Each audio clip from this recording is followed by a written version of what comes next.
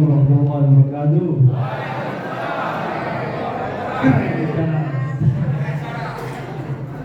Saya senang pemirsa masih duduk di sini ya. Biasanya kalau pejabat Republik Indonesia mau sebentar berdiri ya. Ini tanda-tanda presidensial threshold mau berhasil. Amin. Cuma kita cek dulu partai buruh ini jagoan atau enggak. Partai buruh. Partai buruh. Partai buruh. Partai buruh. Saya dulu sama beliau.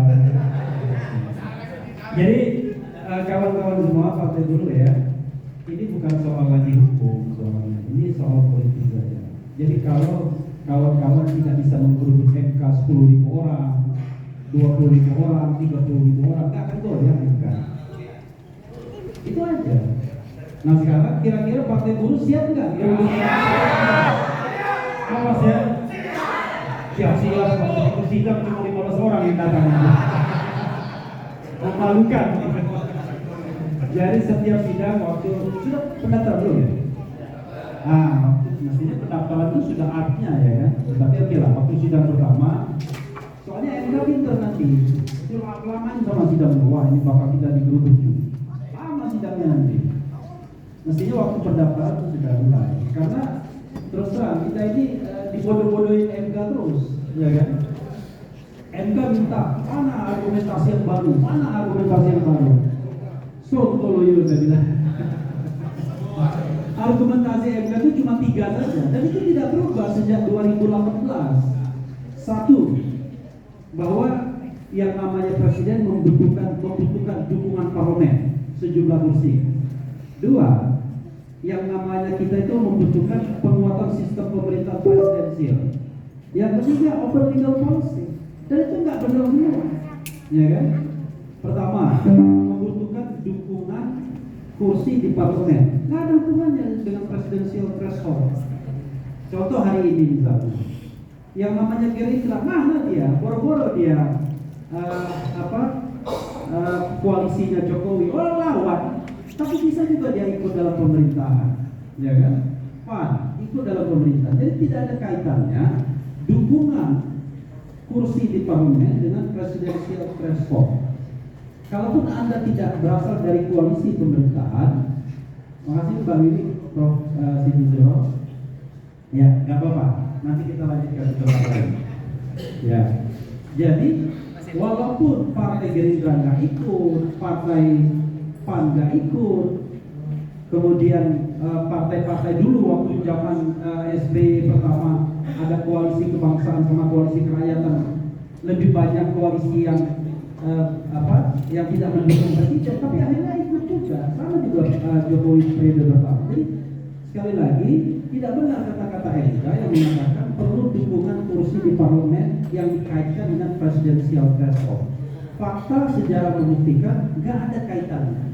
Kalaupun Anda tidak ikut koalisi dalam mengusung calon presiden, Anda tetap bisa ikut dalam pemerintahan. Anda bisa ikut dalam koalisi pemerintah, dan itu sudah terjadi. Bahkan lawan politik partai Gerindra ikut dalam pemerintahan. Itu satu, saya katakan apa yang dikatakan oleh MK. Yang kedua, memperkuat sistem presidensial.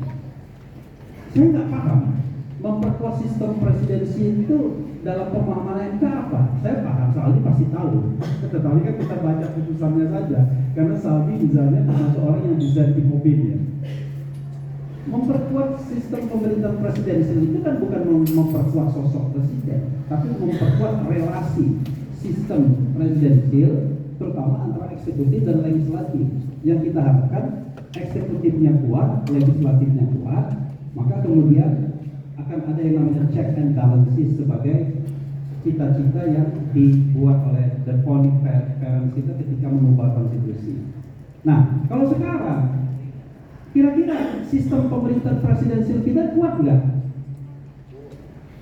Nggak kuat, karena ternyata check and balances tidak terjadi. Banyak hal-hal yang seharusnya dicek oleh DPR tidak dia cek. Contoh misalnya, ini mohon maaf ya, soal ijazah saja. Ya, soal ijazah. Kalau benar ijazahnya nggak benar Presiden Jokowi, itu dia sudah tidak bisa lagi menjadi presiden, harus di-impeach karena tidak lagi memenuhi syarat.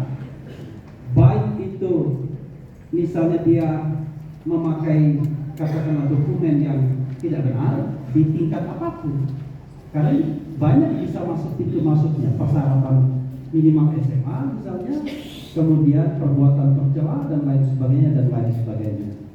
Tapi nggak pernah dicek.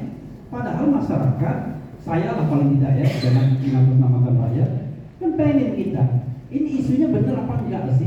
Nggak pernah dicek. Tidak ingin mengatakan bahwa itu pasti benar, tapi tidak bisa juga mengatakan itu salah kalau kita tidak pernah cek. Denny Indrayana misalnya, itu mengemukakan menurut saya 3 hal yang luar biasa. Mengatakan bahwa ini ada syarat untuk impeachment. Salah satunya adalah cawe-cawe untuk mencopet Partai Demokrat. Kalau itu direstui istana, maka ini merusak demokrasi kita. Itu namanya melanggar konstitusi. Melanggar konstitusi itu di dalam konstruksi undang-undang pemilu kita itu adalah mengkhianati negara, melakukan pengkhianatan terhadap negara. Pengkhianatan terhadap negara adalah salah satu dari artikel of impeachment. Belum lagi misalnya ketika Presiden Jokowi konon katanya mendikte bahkan menyandra ketua-ketua umum partai politik menjadi ada yang pasien rawat jalan. Dan bahkan kalau melawan bisa jadi pasien rawat inap KPK ya kan, atau Kejaksaan Agung. Itu juga harus dicek benar nggak presiden begitu. Karena di Amerika Serikat Richard Nixon hanya memasang alat sadap kepada Partai Demokrat menjelang Pilpres, itu saja di-impeach. Bayangkan, sederhana sekali ini enggak, ini omong partai orang nggak diapa-apain. Luar biasa kan? Padahal itu pelanggaran konstitusi yang luar biasa. Nah, kalau kita mau jujur juga, yang namanya presidensial threshold itu pelanggaran konstitusi yang luar biasa. Paling tidak pelanggaran konstitusi terhadap pasal 6A, ya, soal pengajuan calon presiden. Tapi yang paling penting itu adalah pelanggaran terhadap pemilu yang jujur dan adil, yang demokratis. Jadi fair and free election. Karena pemilu yang jujur dan adil itu, pertama kalau kita mau demokratis, jujur dan adil, pertama harus open competition. Kompetisinya harus berani terbuka, masa tertutup? Masa pembicaraan partai politik itu hanya merupakan hak dari ketua-ketua umum partai politik yang punya suara dan punya kursi pada 5 tahun sebelumnya, enggak masuk akal. Kalau Rizal Ramli mengajukan judicial review, bukan urusan you. Bayangkan Rizal Ramli kalah dengan Muhaimin Iskandar, ya kan? Saya tetap pegang Rizal Ramli kalau diadu head to head, ya kan? Coba you name it, semua ketua umum partai politik suruh debat sama Bang Rizal. Ya saya yakin saya pegang Bang Rizal, ya kan? Termasuk 3 calon presiden masih pegang Bang Rizal saya.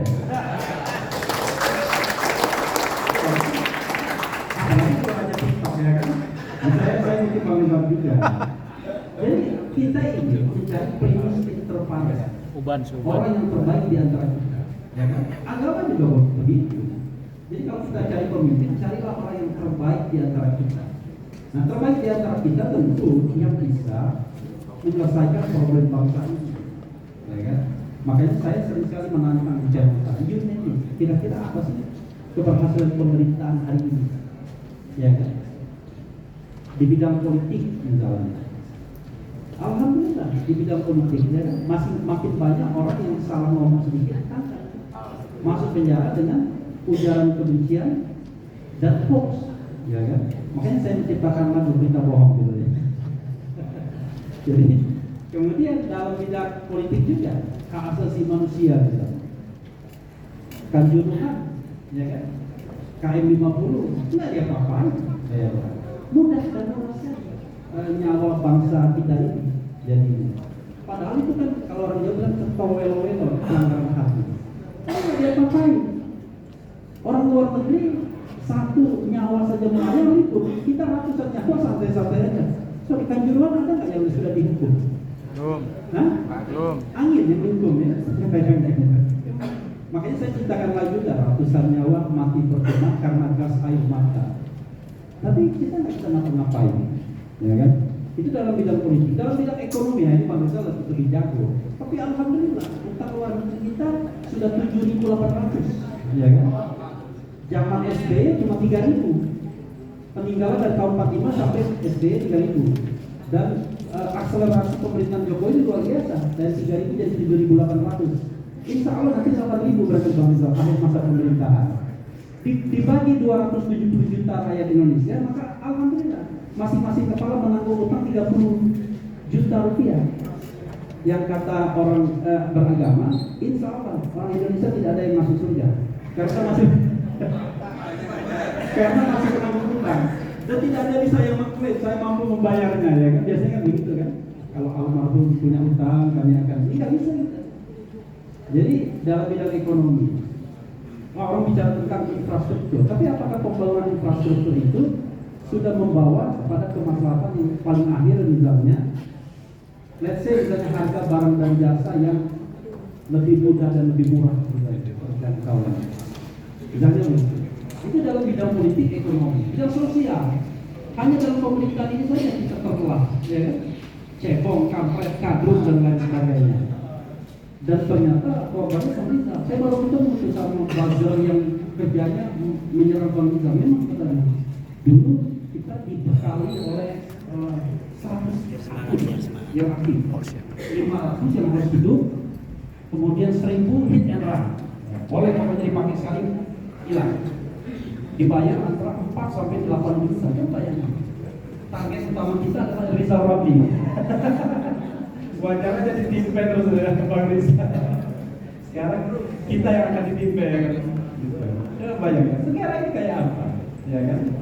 Nah, ini kan dihasilkan oleh kepemimpinan leadership yang karena presidensial threshold hanya mampu menghasilkan 2 pemimpin saja. Bayangkan. Kenapa? Karena semua partai diborong. Tahun 2014 semua partai diborong sehingga hanya 2 calon. Pasal 2019 partai diborong jadi 2 calon juga. Nah sekarang sebenarnya sudah ada desain untuk menghadirkan 2 calon dari rahim istana saja dengan cara merekrut partai amanat. Saya frankly speaking ini kan ilmiah kan, dengan cara merekrut partai amanat nasional. Kalau Nasdem itu tidak balelo dari koalisi pemerintahan, maka 2 calon dari rahim istana semua.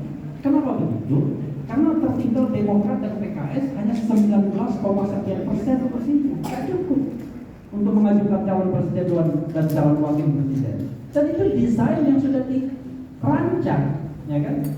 Kalau Rizal Ramli tenang, jauh ini barang 20%. Tapi jangan ini ada calon ketiga, ya kan? Yaudah kita trompet aja, kita ambil aja PAN.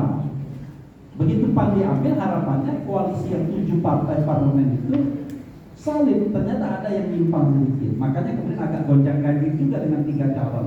Tapi kan masih ada peninjauan kembali, masih ada KPK ya, yang minta maaf dengan setelah menersangkakan Basarnas ya, dan lain sebagainya.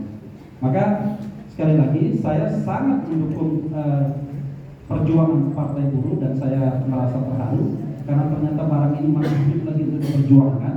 Dan mudah-mudahan ini mencapai titik kulminasi berkelindan dengan perjuangan tempat lain. Karena kalau misalnya hanya diperjuangkan dari jalur hukum saja, aku yakin tidak akan goyang Mahkamah Konstitusi. Karena Mahkamah Konstitusi sekarang mahkamahnya nggak masuk akal. Bayangkan. Begitu Rizal Ramli, Gatot Nurmantio, Lanyala Mataliti, anggota DPD, diaspora Indonesia mengajukan, termasuk Partai Umat mengajukan presidensial threshold. Alhamdulillah, nggak diterima legal standing semuanya, baik. Tapi begitu warga Muara Karang, entah namanya siapa, mengajukan mengajukan tentang masa jabatan ketua Mahkamah Konstitusi, diterima legal standing. Apa kaitannya coba bayangkan? Pening saya jadi. Bayangkan, nggak ada kaitannya. Mau ditolak, mau dikabulkan, kan nggak ada kaitannya dengan warga Muara Karang tersebut. Tapi diterima ketika dipersoalkan masa jabatan Anwar Usman dan lain sebagainya. Tapi saya tidak melihat isinya, tapi saya melihat legal standingnya diterima. Memang tidak ada kaitannya Pak presidensial threshold dengan Rizal Ramli, dengan Gatot Nurmantio, Lanyala dan lain sebagainya. Ada nggak kira-kira kaitannya? Ada. Banyak kaitannya. Karena saya pendukung Rizal Ramli. Kalau dia nyalon, kalau nggak nyalon, bagaimana kita dukung? Wassalamualaikum.